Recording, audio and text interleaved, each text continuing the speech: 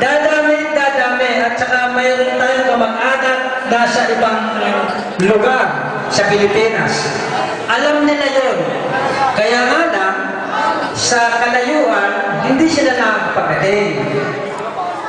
Kaya ako labis na natutuwa, no?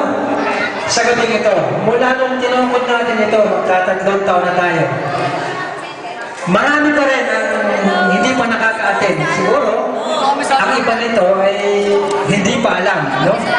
Kaya, kung sino man ang ating mga kamag-anak at kilala ninyo, ipagbigay, alam mo, i-inform natin sa kanya na kung kailan uli natin gaganapin itong ating reunion.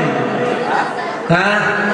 Kailangan masabihan natin sila para agad sila makapunta dito at makita nila ang kanilang mga kaganak.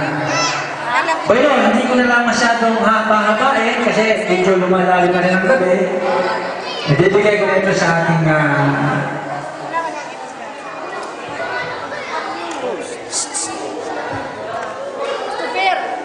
masigaw mo muna palakpakan. Meron tayong bisita na anak ni Bane. Palakpakan natin si Bane.